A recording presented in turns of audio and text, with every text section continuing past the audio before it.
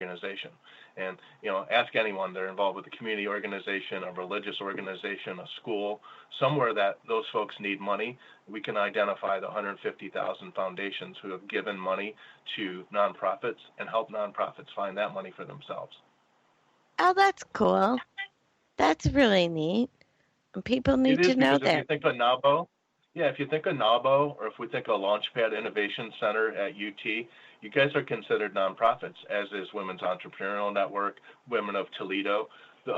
We work with a lot of business groups that technically are nonprofit or governmentally related service providers. They too can apply for grant monies. So you are helping business, but you're helping it through a nonprofit vehicle. Oh, that's cool. That's really Yeah. cool. Well, I know that after the meeting at the Waterville Library, which was such a great trip down memory lane for me, I grew up out that way, even further west.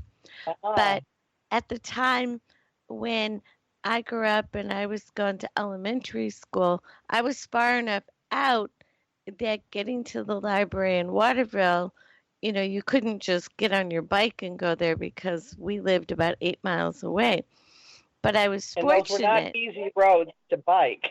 No, and then you have to face up to telling your mother where you've been all day. Yeah, I rode my bike to Waterville to go to the library. Yeah, that's gonna go over big.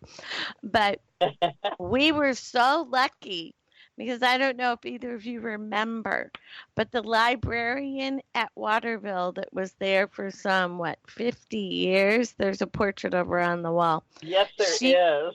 Yep, she was there when I was a kid, and she would ride in the bookmobile.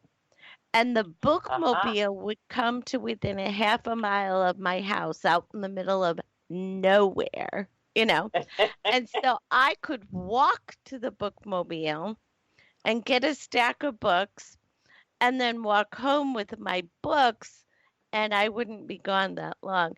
And I remember Lois would sit there as you were checking your books out, and she would say, "Young lady, these books are awfully advanced. Does your mother know you're reading them?" I said, "Yeah, she'll probably read them while I'm sleeping." And she would stamp them, for me, and I would take them home and read them, and Mom would read them, and then the next time the bookmobile came, I'd take them back. It was great. Fantastic. Well, think about the way that we had this greatest exhibit at Main Library. It had a piece of cuneiform that was like several thousand years old right next to an iPod or next to a tablet, and it was like called From Tablet to Tablet. And so what was great about that, you're looking at this really old piece of memory next to a brand new Apple tablet. And what's great about that, it really doesn't matter the physical vehicle or the way you read or take in information. It's just to have availability of it.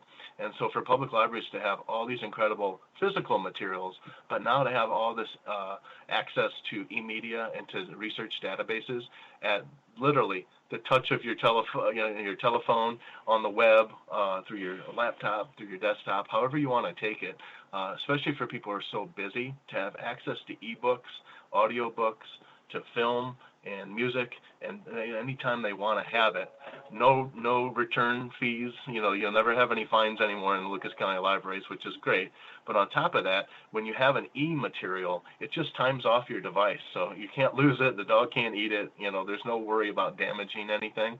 And it's a really efficient way to be able to keep up with your professional development, make sure, especially as a business owner, you're staying up with the newest information to keep you competitive. And it's really an awesome resource. And so, after our meeting, I thought, wow, I think my library card must have expired about half a century ago or so. And so I went to a different branch, the one I was going by, and I went in and I said, what if I had a library card when I was a kid, but I have no idea where it is? And the guy says, I will just give you your driver's license. I'll issue it back again. I was like, are you kidding? That's right. That's right. Funny, I think people feel like they kind of progress past the public library. when they become adults. Like maybe they use them for story times for their kids, or they come in for something leisurely, but they kind of forget what an incredible professional resource a public library still can be. Particularly, like you said, we prepay a lot of these expensive resources so that the whole public, the 500,000 people or so throughout Lucas County and beyond, can access for free. So, just please, for the listeners, remember that this is an asset through your life. We're the Lifelong Learning Center, the People's University, and you can come in any time, whether you had a library card when you were 8 and you haven't had one since. Come back and see us. We're an incredible resource, and you've basically already prepaid it, right, through your tax dollar. So come in and take advantage of these incredible resources, or log on to ToledoLibrary.org and see everything there is to offer. So what about people that aren't local? You just said, no matter where you are, can they actually get a library account and use the electronic resources? Yes, with on our website, there's a place where you can go in and register. And if you're an Ohio resident, you can get a digital library card at all our libraries, because all of the libraries in the state of Ohio get state funding. So therefore, if you have that magical driver's license or ID, or can prove you work and pay taxes in the state of Ohio, you can get a library card. So I'll just tell you a little secret. In my book club that I'm in, a lot of times we all try and get on our phone as fast as possible to get the copies of the book digitally or physically. And since I have a library card in Dayton and Cleveland and Columbus, I can just go to one of those others and get my digital download faster than they can. Oh, sorry. So it's available. And then outside of Ohio, what I always encourage people to do is to go to their closest library and talk to the librarian, because a lot of times a small rural library might not have as much access, but most states you also get to, like if there's a large metropolitan library, you can probably get a card there too. And things like both Reference USA and Mergent Intellect, many libraries have access to those. Oh, well, that is absolutely fabulous, because, so many of our listeners are in Ohio, but a lot of them are not. And so it's good for them to know that they have similar resources no matter where they are. They just need to remember that libraries aren't just for kids anymore. That's right.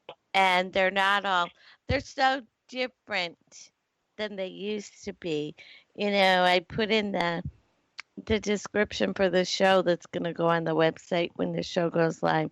The library just isn't all shush and books. That's right. That's right. And as far as the physical books, I'm sorry, go ahead. Well, I was just going to say, as far as the physical books go, because some people still like the traditional book. In addition to our 19 branches and our mobile services and the main library when it reopens in September, we have about 35 libraries that we work with, public libraries around Ohio, that share their materials with us. But better yet, about 5 years ago, the regents in Ohio gave us access to OhioLink, which are all the college and university libraries throughout Ohio.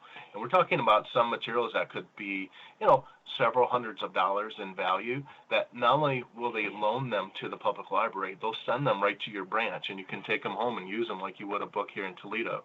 So having access to literally like millions of dollars worth of materials just through simple interlibrary loan that will usually come in a week or less gives you access to just almost an infinite amount of materials that you can use, again, for professional development, for business success, for research, but also for personal pleasure.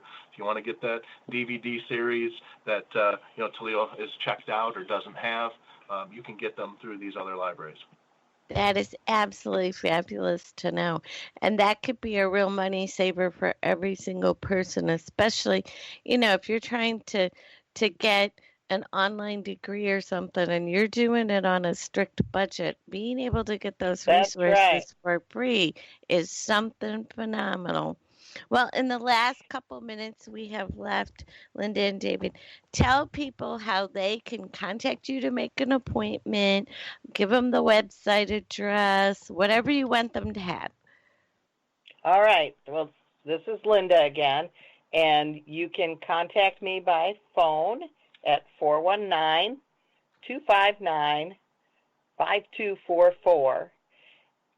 And my email is my name, so it's Linda, Linda, Fayerweather, which is spelled Fayerweather, at ToledoLibrary.org.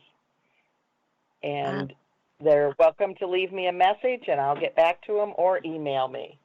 Awesome. And then And the website is Toledo. Oh, it's ToledoLibrary.org. Right. So it's a little shortened from the actual technical name. It is. Which is because very people convenient. Didn't want to type all that. Exactly. I am so thrilled. I want to thank both of you for being with us today. And I know that everybody that listens will be just so pleased to know that our library has so much to offer us to help us grow personally and professionally without spending a great deal more money. So it is such a great resource. We want to thank you for doing such a good job and for always being cheerful and helpful, because you just don't find that everywhere anymore. So thank you so much, you two. You're welcome. And I have to laugh because that's why the money coach was talking to the library, because we are saving businesses money. Oh, yeah, you are. You try buying some of these resources, and you better have a pretty good budget. Reach out. We won't shush you. We'll tell you to raise your voice in excitement about our resources. Come see us. We want to learn what you're doing, too, and how we can get better. So let us know, once you know what our resources are, what else do you need? Is there something else that we should buy as far as a material, a database, something like that? So we always want to learn from business owners as well. Awesome. Thank you so much. And until next time, everyone, this is Rhonda Cobb, the Money Coach. And you know what I am going to say before I say it. Be grateful, and you will attract good things.